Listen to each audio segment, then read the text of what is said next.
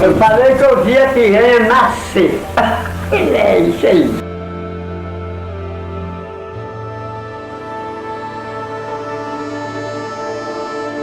A cidade de Piranhas foi concebida em 1944, com a vinda do ministro João Alberto, do interior, então presidente da Fundação Brasil Central. O ministro veio acompanhar os trabalhos de locomoção de material e pessoal do Rio de Janeiro, capital do Brasil, para a base da fundação que estava sendo construída em Aragarças, o portal da marcha para o oeste. Caiapônia, um importante posto de abastecimento da Fundação Brasil Central. Naquela época, era ligada a Bom Jardim por uma estrada ruim e acidentada. O ministro, vendo que era impossível recuperar a estrada em curto espaço de tempo e preocupado com as construções civis de Caiapônia e Aragarças, tomou duas importantes decisões durante a viagem. Uma delas foi autorizar a construção de uma estrada em áreas mais planas, com pilar de concreto nas pontes dos rios Piranhas e dos Macacos. Também autorizou a aquisição de uma área próxima ao Morro de Mesa, uma região rica em rochas calcárias, para instalar uma indústria calheira. A calheira, com casas construídas para os operários, ficou conhecida como Vila Maria e chegou mesmo a construir uma pequena vila, com casas de alvenaria. A Fundação Brasil Central foi criada pelo presidente Getúlio Vargas para coordenar a expedição Roncador Xingu, que estava abrindo estradas rumo ao oeste do país. As estradas serviriam para a penetração na região centro-oeste, naquela época, pouco povoada e distante do progresso. Eu vim num carro do Checha, velho Checha, até a Vila Maria ali. O estava abrindo estrada. Nós estamos à beira deste forno aqui, que tem muito a ver com a história do município de Piranhas.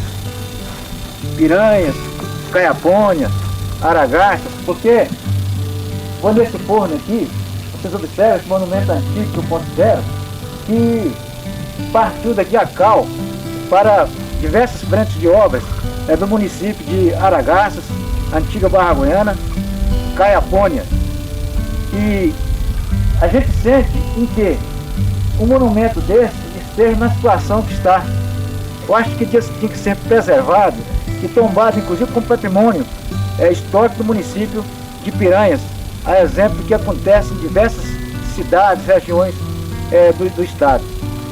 Acho muito importante acrescentar ainda deste forno, das casas que estão aqui à margem da estrada que dá acesso a esse local aqui, foram construídas pela antiga Fundação Brasil Central, responsável pela construção da BR-158, e que mais tarde se transformou, a Fundação Brasil Central foi transformada numa autarquia, que se passou a se chamar Sudeco. Então foi através da Sudeco que isso aqui veio cair em mãos de particulares. A nova estrada seria construída em duas frentes de trabalho, uma saindo de Caiapônia, outra de Bom Jardim. As duas frentes se encontrariam no Rio Piranhas, onde estava sendo construída a ponte. Turma fazendo a estrada, mas passando pelo Totão Junqueira. Depois é que fez essa, o engenheiro veio na época da fundação, antes da fundação, na época do Plínio Gaia. Eu trabalhei na mata aí, ó, fazendo essa estrada nessa mata. Quebrei muita pedra, que é um muro de pedra com fogo para abrir estrada aí. Mas o Matias, saímos no Velho Belo, né, saindo no Ritirinho até Bom Jardim. Naquela época eu trabalhei.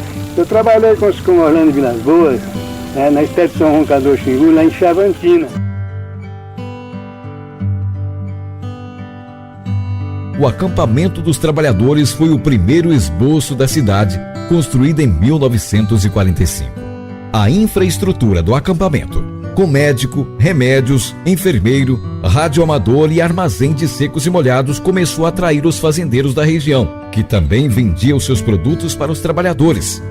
O aumento da população do acampamento levou a Fundação Brasil Central a providenciar o traçado das primeiras ruas. A primeira planta da cidade foi feita pelo engenheiro Dr. Tito, para uma área de 1 alqueire, doada por Avelino Pereira da Costa e Dona Rosinha. A fundação comprou mais meio alqueire para incluir no traçado uma praça e o largo da igreja.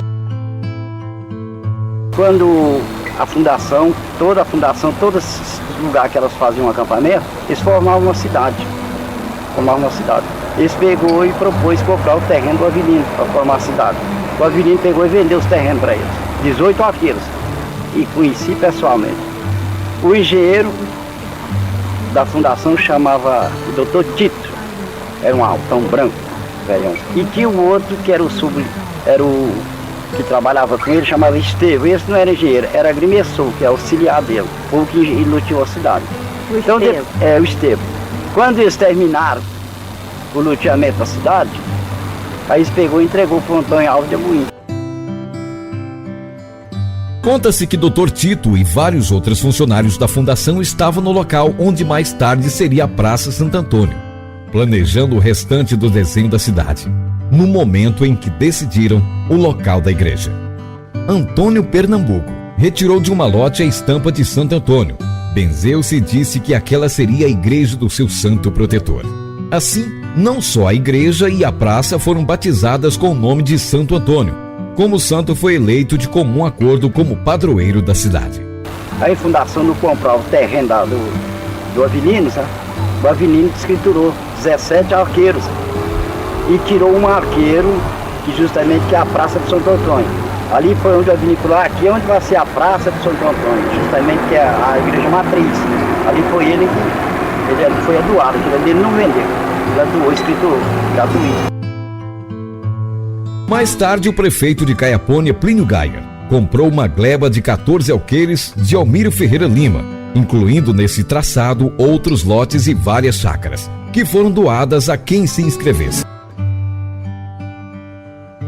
Destacaram-se no início do povoado Álvaro Antônio de Amorim, mais conhecido como Paraíba, que abriu um armazém de secos e molhados. Também foi ele que construiu o prédio da prefeitura, apenas um salão sem divisões. José Magno Bacalhau, que abriu a primeira pensão. Dona Generosa, parteira, também abriu uma pensão.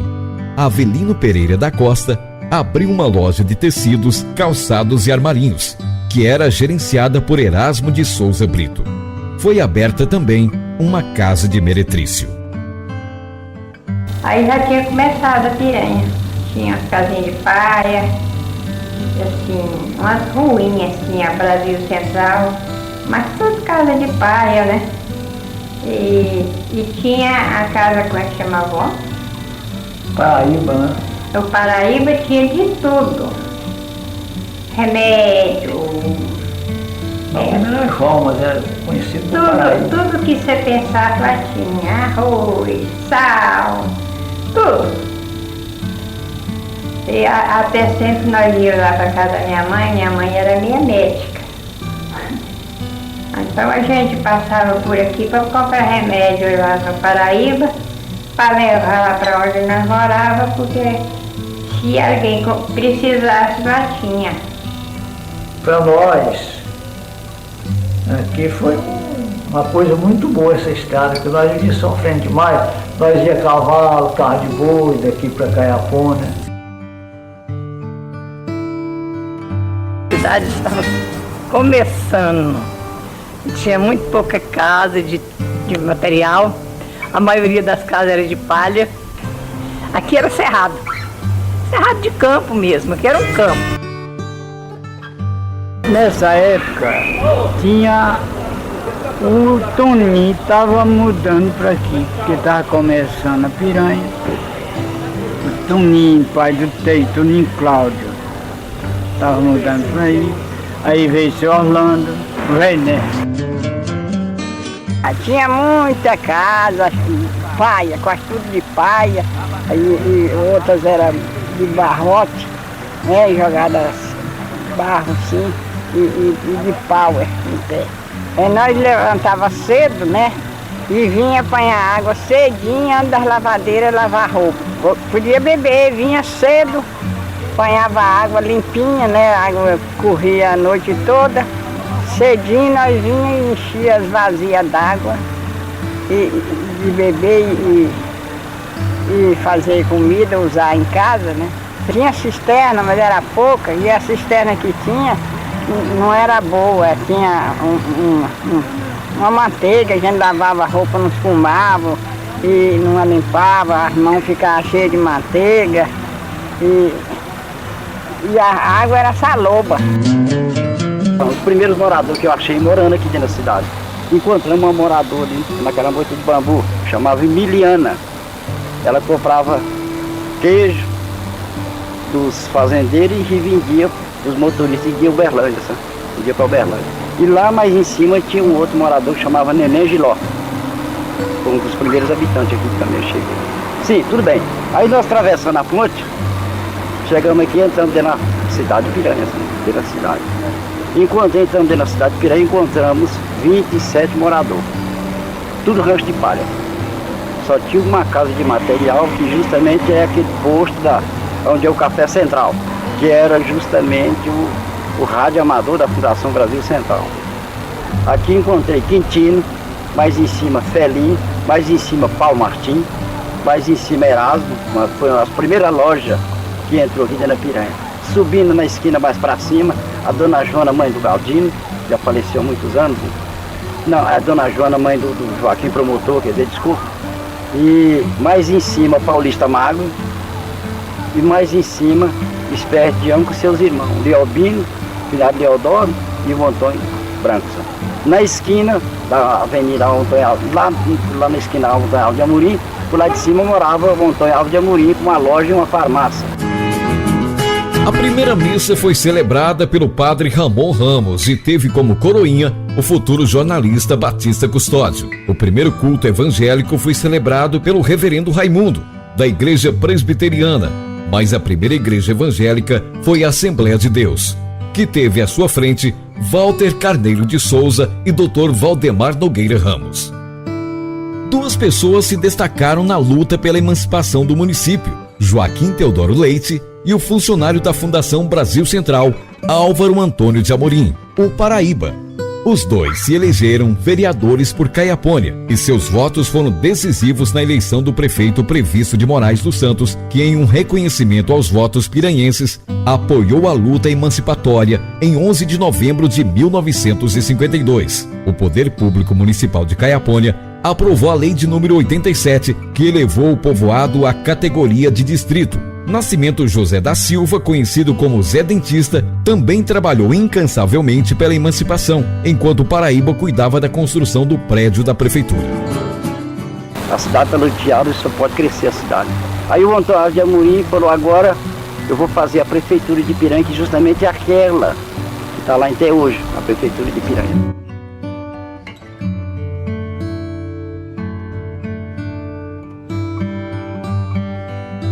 O município foi criado em 14 de outubro de 1953. Paulo Salles foi nomeado prefeito interino, até a eleição de José Pereira de Vasconcelos, o Zeca Ventura, em outubro de 1954, assumindo o poder em 1º de janeiro de 1955. O primeiro presidente da Câmara Municipal foi João Batista de Faria, e os demais vereadores foram José João de Oliveira, Valdivino Raimundo de Souza, Azarias José Machado, Manuel Bispo do Nascimento, Paulo Martins e Joaquim Francisco de Souza. A emancipação de Piranha meu pai foi candidato em 48, foi eleito aqui na região de Piranha, mas a cidade era Caiapônia. Ele é eleito na cidade de Caiapônia. E ele era o candidato da UDN e outro era do PSD. mas como ele era amigo do vereador, ele conseguiu a emancipação de Piranha. A divisa, os vereadores, os outros colegas dele, com o prefeito, queria que fosse na Serra do Água Parada. E meu pai queria que fosse na Serra do Toco Preto. Mas como a serra era mais indicada, mais visível, aí eles viram que ele estava certo. Pegou a divisa, a Serra do Toco Preto, porque a Serra do Toco Preto vai até pegar o Rio Bonito e vai até dividir com a Terra do Bom Jardim. Então ela faz um arco aí, mas é uma serra só. Ali no fundo da casa do Tomé Faria tinha um pé de baru. Esse pé de baru era a cadeia. Ali é onde eles pegavam os jagunços, né? Tinha muitos jagunços, pegavam, judiavam com as pessoas naquele pé de baru ali. Mas como teve aquela revolução do Monteiro, né? Teve aquela revolução do Monteiro, ele desceu aqui, desceu procurando. Não queria saber se era prefeito, se era vereador, se era delegado, quem fosse. O que estivesse na frente, ia para a cadeia e apanhava. Aí deram certo de encontrar com o Pedro Martins, que foi justamente o prefeito da Baliza. E ele correu, eles montaram assim, pegaram ele aqui. Aí onde eles pegaram ele, amarraram o pé de baru, judiaram demais com ele. Aí ele mandou um recado que vinha derrubar o pé de baru. E o jagunço aqui falou, não vem que morre. Ele falou, prepara que eu vou. Aí ele veio com 20 homens. E eu assisti a derrubar o pé de baru. Não tinha cadeia, não. Eu lembro, era lá no pé de baru, lá onde é o Café Central, Pedrone, no Café Central, com a correntona, e o finado da Ria é que era o delegado. Televisão, a primeira vez foi o senhor Pagão Faria, colocou uma televisão por lá, todo mundo ficou abismado, aquela televisão, aquela cuja, né? E o primeiro tamacete nosso aqui foi o Fernandinho e o senhor Manelão. Ali onde é do escritório Juazeiro, ali era o cemitério. Eu cheguei aqui em Piranhas, foi no dia 11 de fevereiro de 1973. E claro que a cidade era bem menor do que hoje. E encontrei muita gente disposta a trabalhar, disposta a ajudar, principalmente o Vídeo Pereira Leite, a Dona Alzira, a família Leite em geral. E no primeiro ano eu fiz questão de visitar todas as famílias da cidade e fiz um levantamento, tanto assim que no fim de 1973 a população da cidade de Piranhas era 3.402 habitantes. Então aqui foi criado o sindicato aqui nesse tempo, pelo intermédio de José Zezinho da Aurora, né? José Fernando Rezende, que foi o Zezinho da Aurora. Ele que criou o sindicato rural aqui. Nós fundamos o sindicato rural. O pai do seu pai foi o primeiro presidente do sindicato, com o Paião e o Arceu Tesoureiro.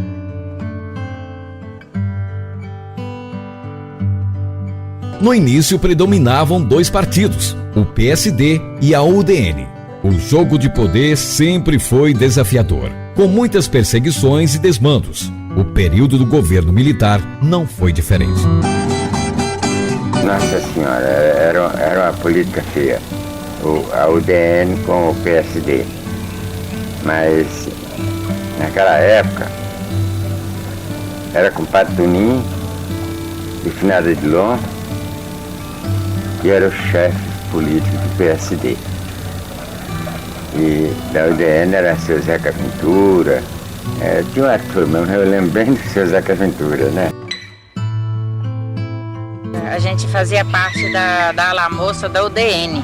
Vestíamos, era um grupo de moças que vestiam umas roupas toda branca, com uma faixa amarela na cintura e um bonezinho com as iniciais do nome dos candidatos, que a gente fazia parte. Então nessa época, era uma época muito maravilhosa, muito alegre, né? Mas uma época também de muita confusão, muita briga, muito insulto. A gente insultava um partido, insultava o outro. A gente enchia uma carroceria de um caminhão e saía fazendo passeata na rua, insultando, parava muito em frente à casa do outro candidato para implicar, insultava e muitas vezes saía até tiro, mas esses tiros nunca matava ninguém não, era só para atirar mesmo, para intimidar as pessoas, né? Quando alguns antigamente chamava de bate-pau, né? Os bate-pau eram aquelas pessoas que ficavam fazendo campanhas em favor daquele candidato. Então os bate-paus ficavam chateados com a nossa implicância e às vezes dava alguns tiros pro ar, né, para ver se nós afastávamos. Então o caminhão começava a sair devagarinho e nós cantávamos muitas músicas. Cada partido tinha muitas músicas e o nosso partido era sempre o partido da UDN e a nossa implicação era grande. E eles também faziam a mesma coisa com os nossos partidos, né? Uma pessoa entrou no cartório e falou assim: o senhor Joaquim foi preso, ele está descendo no caminhão da polícia ali. É porque disse que estava fazendo campanha contra a Revolução. Aí eu fui para lá. Falei, meu Deus do céu, deixa eu ver o que eles vão fazer do Joaquim Portilho agora. Passei ali no hotel do Marmude. Marmude nesse tempo tinha um hotel na esquina. Passei lá estava cheio de policiais e tinha uns bichão bravo lá, bravo mesmo. Aí eu cheguei e falei assim: eu gostaria de saber por que meu marido foi preso. Ele não matou, não roubou, por que vocês estão prendendo ele? Aí eu falei assim: a senhora não fala nada não, a senhora vai ficar presa também. Eu falei: vai se me prender, ele já está preso mesmo, eu fico presa junto com ele, isso é eu. Momentos marcantes aqui de Piranhas sempre eram aqueles momentos de transição política. Que naquele tempo a política era a ditadura militar, a Arena, a MDB, os partidos assim, né? E era difícil. E eu era muito visado, porque ocupando uma posição, era controlado tudo. Todas as palavras que eu falava, todas as pregações que eu fazia na igreja, tudo era controlado.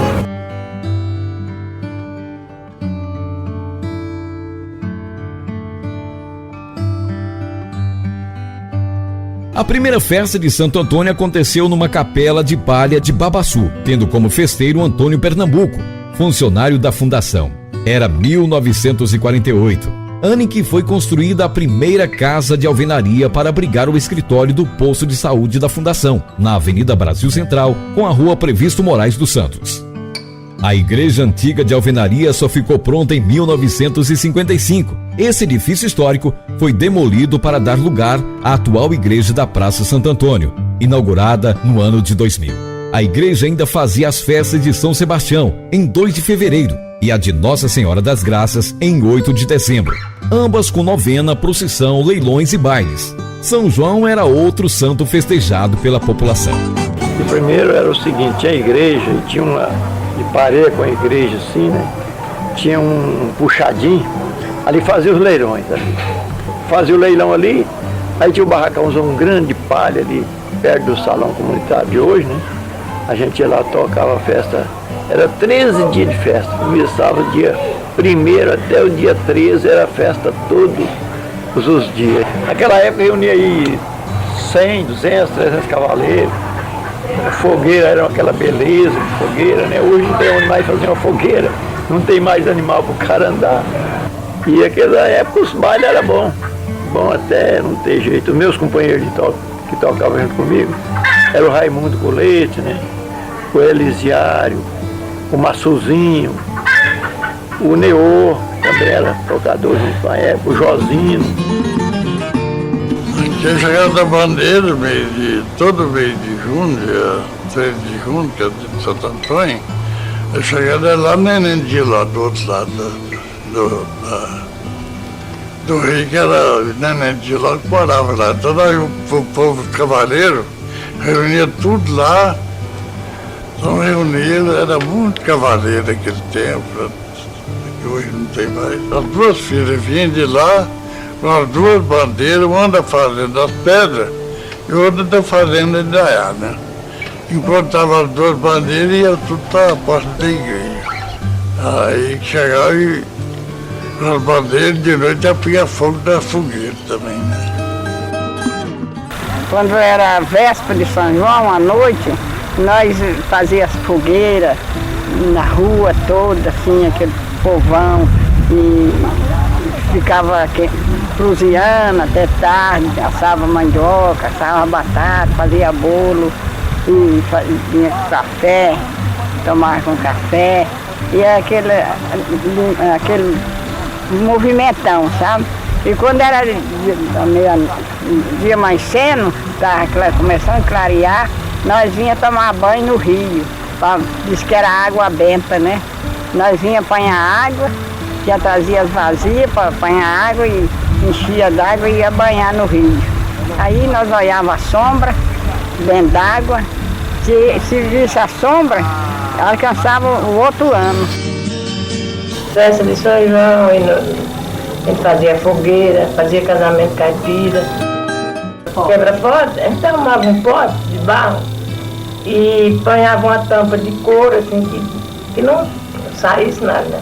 Pegava um gato, punha dentro do pote, amarrava ali, põe umas balinhas dentro do pote, né? E vinha aqui pro campo. Amarrava uma corda grande na boca do pote, enfincava um poste lá, ficava, amarrava lá e ficava pendurado. O dia todo, quando era de tarde, levava as crianças. Pegava um pau desse tamanho, amarrava um pano na cara dos meninos, né? E dava o pau, a gente rodava as crianças, rodava para ficar tonto, para não ver onde é que era o local. Mas o menino é um trem engraçado, eles davam. E dava o pau e eles mandavam ele no rumo, né? Mas ele saía dando paulada em gente, o povo corria. Até que chegava um daqueles mais, como diz, danado, né? Chegava e ele quebrava o pote, aí o gato saía e a meninada pegava as balinhas. E aquilo tudo era diversão, né? A festa primeiro que nós fizemos aqui também, carnaval, né? O carnaval de 1951, foi o primeiro carnaval que teve, também encerrado na prefeitura. E ali cantava, oh, vamos dançar a marcha de 51. Um cordão como esse nosso não pode existir mesmo. Vamos dançar a marcha de 51. E todo mundo animado. A Ana Daldócia era nossa bailarina. A gente tocava, aqueles velhinhos levantavam e todos deles dançavam.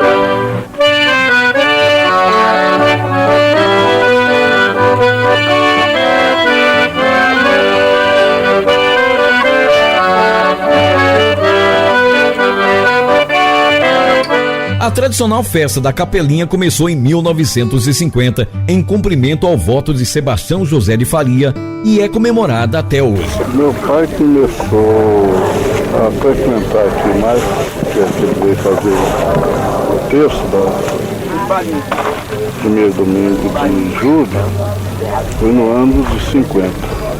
Ele era muito doente e aí ele fez um voto que se ele desse conta de criar a família dele, ele vinha fazer o terço, né? Vinha fazer as orações aqui no Capelinha todo ano. Naquele tempo era assim, que a gente vinha de carro de boi, gastava 3 dias para chegar aqui.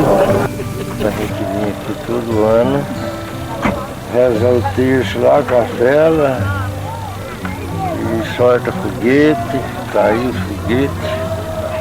É aquela devoção nos tempos antigos, que é isso. Oi, de 52 até este ano de agora que nós estamos nele. Só faria em um ano. É a primeira vez a pé, aqui não tinha estrada de veículo em lugar nenhum. A pé saímos lá da fazenda, viemos a pé e eu, a patroa veio a cavalo. E nós veio a pé cumprir voto. Que eu venho aqui, eu tenho uns 22 anos que eu venho assim, venho de a pé todo ano.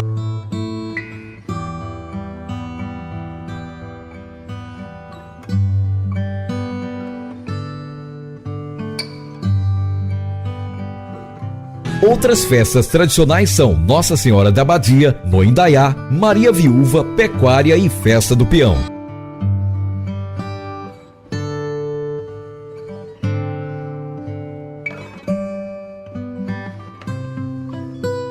As escolas eram nas fazendas, como o único professor para todos os alunos, em todos os níveis.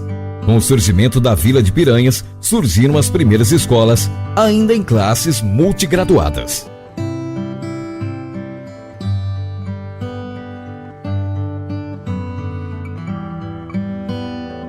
Seu particular, sabe? Então ele ajustou um professor, chamava assim, um muito sabido, sabe? Então ele fez lá, nós éramos uns quase 40 alunos. Estudava o dia todo. As horas vagas, nós ia bater pato, essas coisas assim. Ali hoje, onde era Timã, era bem ali que nós começamos da escola. A casa era de pau a pique. Então as crianças ficavam lá dentro, quem passava na rua, ficava do buraco espiando, né? Depois a prefeitura tinha terminado de construir, dali, daquela escola, nós fomos para a prefeitura. Eu, Sr. José Dalvinero. Dava aula na prefeitura. Dava aula na prefeitura, mas ela não funcionava ainda não, né? Aí nós precisávamos de ter uma escola municipal, porque só tinha escola estadual. Pouquinha professora e aluno demais da conta. Aí o Joaquim Postilho foi em Goiânia e conseguiu. Começou com o nome de Senec. Aí nós fomos estudar ali. Começamos aqui no posto de saúde. Aí pôs o Nilson para diretor e pôs um bocado de professor. Um bocado de professora. E o colégio aqui funcionava no hoje o posto de saúde. E quem era professor de matemática lá na época e que trabalhava na admissão, no curso de admissão, era o Nilson Ribeiro, que ele era muito amigo da gente, estudou em Uberlândia junto com a gente. A escola aqui, que foi começada aqui em Pierre, foi começada aqui no ginásio, no posto de saúde, passou um tempo aí, foi mudar a escola, mudou a escola para Casa do Dorino e Ribeiro. Então eu até forneci energia aqui, que eu tinha energia aqui no posto, e forneci energia aqui para a escola aqui durante uns tempos determinados.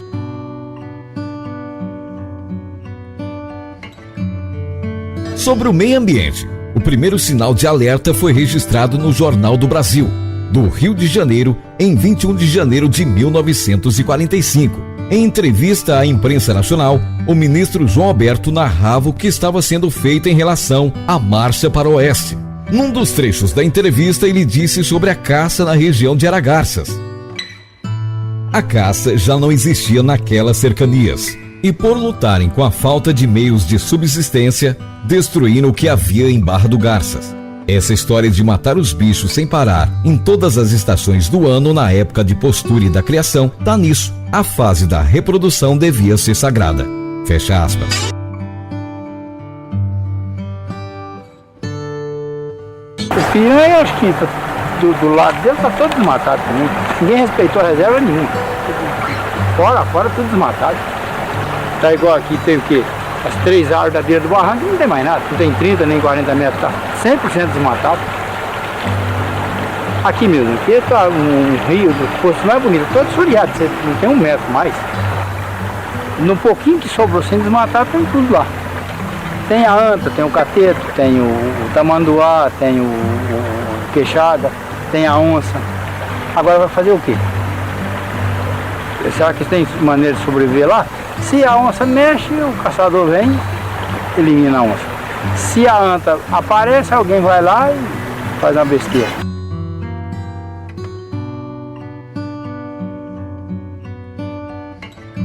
O jornal A Gazeta de São Paulo, em 24 de agosto de 1945, publicou o relato que o professor Manuel Rodrigues Ferreira fez de uma viagem até Barra do Garças, acompanhando um grupo de universitários. Aqui ele fala da fazenda São Domingos. Nesta fazenda há um córrego, o São Domingos, de águas cristalinas, formando cachoeiras e cascatas maravilhosas. A casa da fazenda é alta, espaçosa, mas completamente desprovida de móveis, e a mesa e os bancos são de madeira lavrada a machado. A seguir, o professor descreve a Serra Negra. Continuando a viagem, vamos descendo a Serra Negra, cuja mata apresenta belíssimos exemplares de cedro, garapa, angico e outros. Lindos granitos róseos e brancos são vistos aí.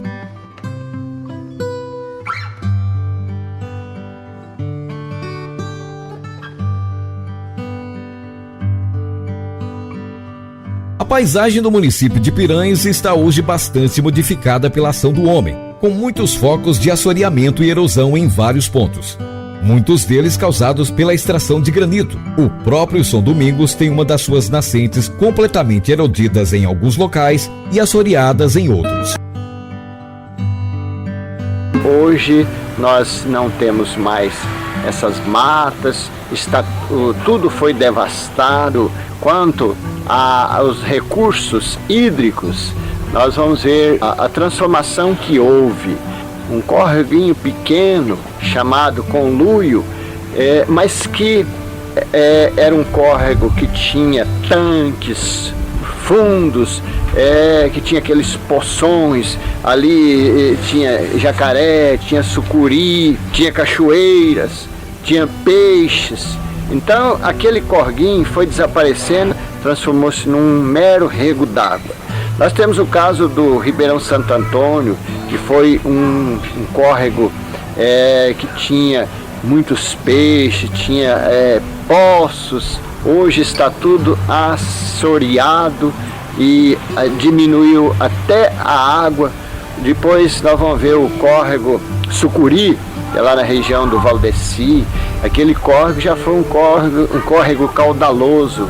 Hoje ele está resumido a quase que um fio d'água.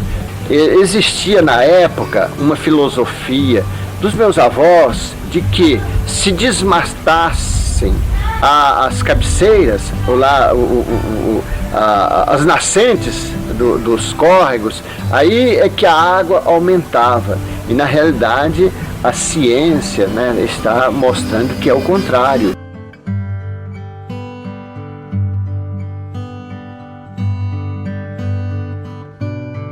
Tem uma coisa dessa daqui, aqui tem N desse jeito aqui, ó. Tem o Córrego Boa Vista. Quando o córrego é assoreado, acaba o espaço para os peixes se reproduzirem. Então, o assoreamento, ele mata o rio, ele mata a sua ictiofauna. E a falta das árvores nas margens também prejudica a ictiofauna, porque os peixes se alimentam de frutos que caem ali. Cada vez que certa região é devastada, algumas espécies se perdem. E a nossa vida, ela é como se fosse uma grande corrente, uma rede de seres vivos, vegetais e animais, onde cada um tem o seu papel. Quando uma dessas espécies se perde, como se ficasse uma ferida aberta. E a natureza, ela não deixa essa ferida aberta, ela cicatriza, ela junta dois elos mais próximos e fecha a corrente.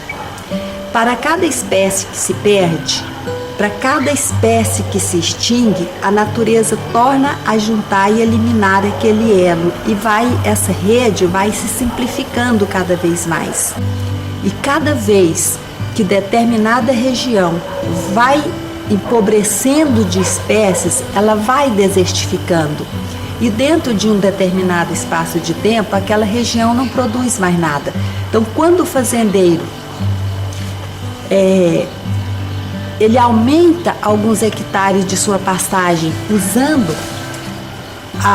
as matas ciliares de um córrego na sua propriedade, ali imediatamente ele ampliou um pouco da sua pastagem. Mas a médio espaço de tempo, ele está também destruindo o manancial. Agora a degradação do São Domingos, por exemplo, era um rio de cabeceira barra todo cheio de poço. Está restando 3 poços lá em casa, o resto soreou tudo. Agora o desmatamento tá uma brincadeira. Lá em cima da cachoeira no Salto, não sei quem mandou desmatar tudo do outro lado, desmataram e deixaram um pau de reserva. E aí agora, o que sobrou? Nada. Não tem mais o que desmatar. Não tem reserva, não tem nada. Eu acho que devia fazer alguma coisa pelo nascente lá, fazer um reflorestamento.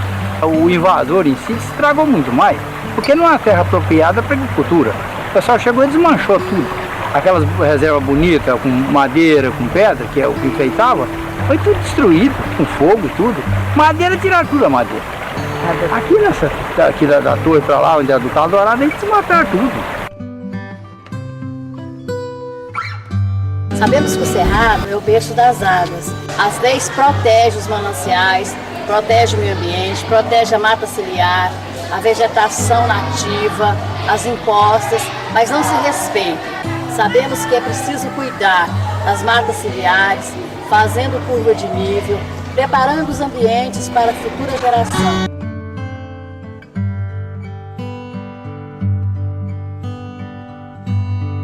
Nesse período de estiagem extremamente seco em que nós estamos vivendo, se deve à falta das árvores. Uma árvore adulta e frondosa elimina por dia na atmosfera cerca de 500 litros de água em forma de vapor. Isso pode ser comprovado quando nós entramos numa sombra de uma casa e numa sombra de uma árvore. É só comparar qual sombra que é mais fresca. A da árvore, naturalmente, por causa da umidade que ela vai eliminando da atmosfera através da sua respiração.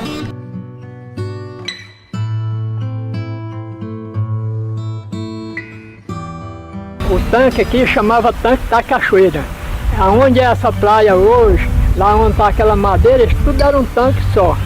E tanque muito fundo, pouca gente tinha fogo para ir no fundo pegar uma areinha.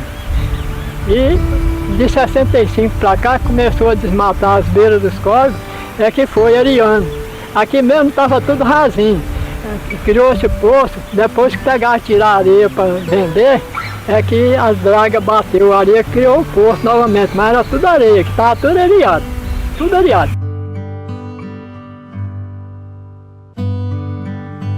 No meu tempo de criança aqui, a nossa diversão da criançada era esse rio aqui. Era um rio assim de águas cristalinas, não tinha poluição nenhuma. Infelizmente, daquela época pra cá, assoreou muito. Aqui tinha os poços, aqui tinha um poção aqui em cima. Aqui. De vez em quando a gente escutava um estrondo, né?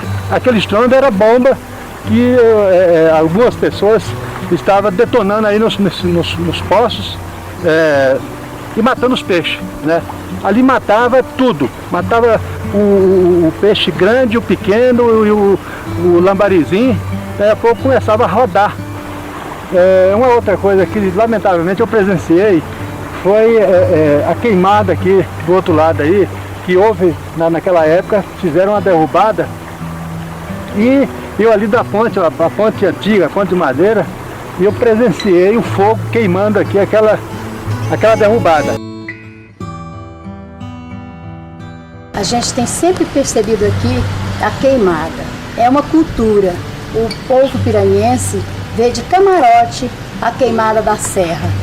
Eles não sabem, não preocupam com a devastação da vegetação, com a matança dos animais porque não são capazes de se defender do fogo, com a problemática da fumaça que atrapalha as questões respiratórias.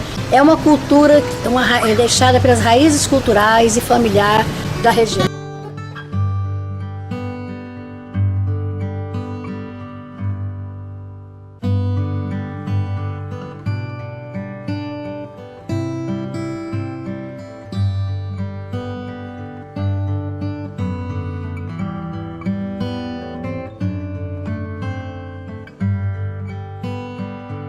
Aqui no município de Piranhas, nós estamos trabalhando aqui com duas frentes. Para nós é muito interessante estar desenvolvendo essa operação, por quê? Porque além do risco à natureza que você tem, porque o incêndio acaba por destruir tanto a flora como também a fauna, os animais que vivem nas florestas, no cerrado, ela também acaba por oferecer grandes riscos à população. Cidades que são próximas a esses incêndios, normalmente ela tende a pegar e receber uma quantidade muito grande de fumaça, de corpos sólidos, fuligem, que acaba por vir também. Então isso gera também um risco muito grande à saúde das pessoas, principalmente para crianças e idosos, devido a problemas respiratórios, né, que a fumaça gera junto ao cidadão.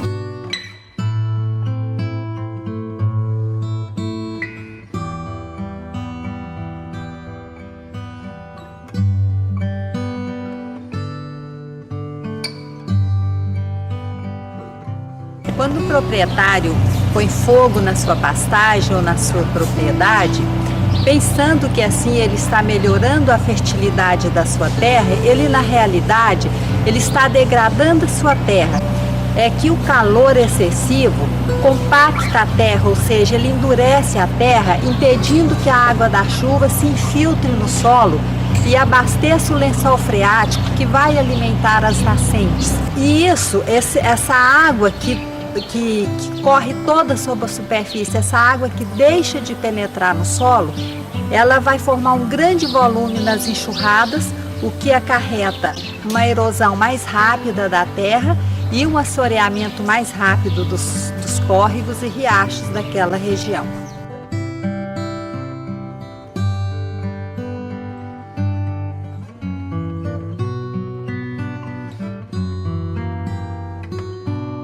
O cerrado está sendo devastado assustadoramente. Em resposta, o cupim, que é a lágrima do cerrado, as ervas daninhas competindo com o capim, a falta de mata ciliar deixa os rios secando. Temos que cuidar com muito afinco. Se não cuidarmos pelo amor, iremos cuidar pela dor. O Grupo EMA, a Prefeitura e a Câmara Municipal lutam pela criação do Parque São Domingos, numa tentativa de proteger e recuperar parte do que já foi destruído, além de servir como incentivo ao desenvolvimento do projeto de exploração do ecoturismo no município.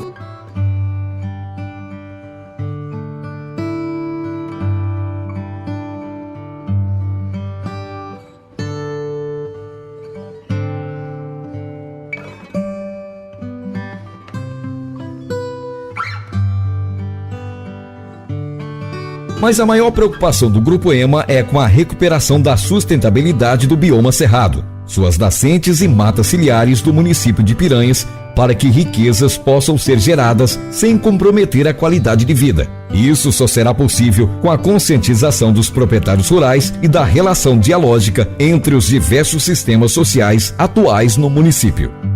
O principal sistema de transformação social é o educacional, com seus recursos pedagógicos. Mas este reflete o sistema político vigente na sociedade. Ele só poderá sofrer transformações substanciais se essa estrutura social também se modificar num movimento dialógico entre suas partes constitutivas. Assim, as conquistas de uma melhor qualidade de vida para todos só virão a partir do relacionamento entre o poder judiciário, as empresas estabelecidas e os diversos setores da sociedade civil, como associações, sindicatos, ONGs e movimentos do sem terra. Mas é preciso a participação de cada um, ou seja, a união de todos pela melhoria da qualidade de vida em geral e da sustentabilidade do meio ambiente.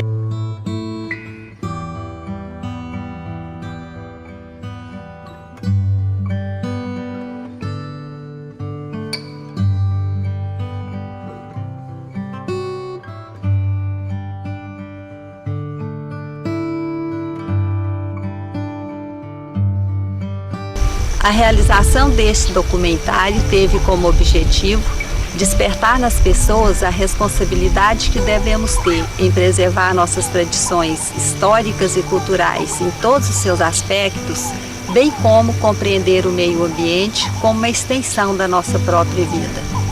Foi um trabalho longo e difícil, mas acreditamos que de grande valor no sentido de conscientizar as gerações atuais e futuras de que sem essa preocupação, nossa história se perderá no tempo e nossa região sofrerá transformações ambientais irreversíveis em prejuízo de todos. Portanto, é também objetivo deste trabalho levar as pessoas, principalmente os jovens, a aprender com a história, com os erros e acertos do passado, para que possam, com segurança e competência, mudar o curso da nossa história para melhor. Outro objetivo é reforçar a nossa luta para que o Parque São Domingos seja uma realidade em curto espaço de tempo, com suas nascentes e matas ciliares preservadas e recuperadas e servindo de modelo para recuperar outros córregos e nascentes aqui no município de Piranhas e em outras regiões. É preciso produzir riquezas, mas com responsabilidade. Devemos lembrar que outros virão depois de nós e precisam de um meio ambiente equilibrado.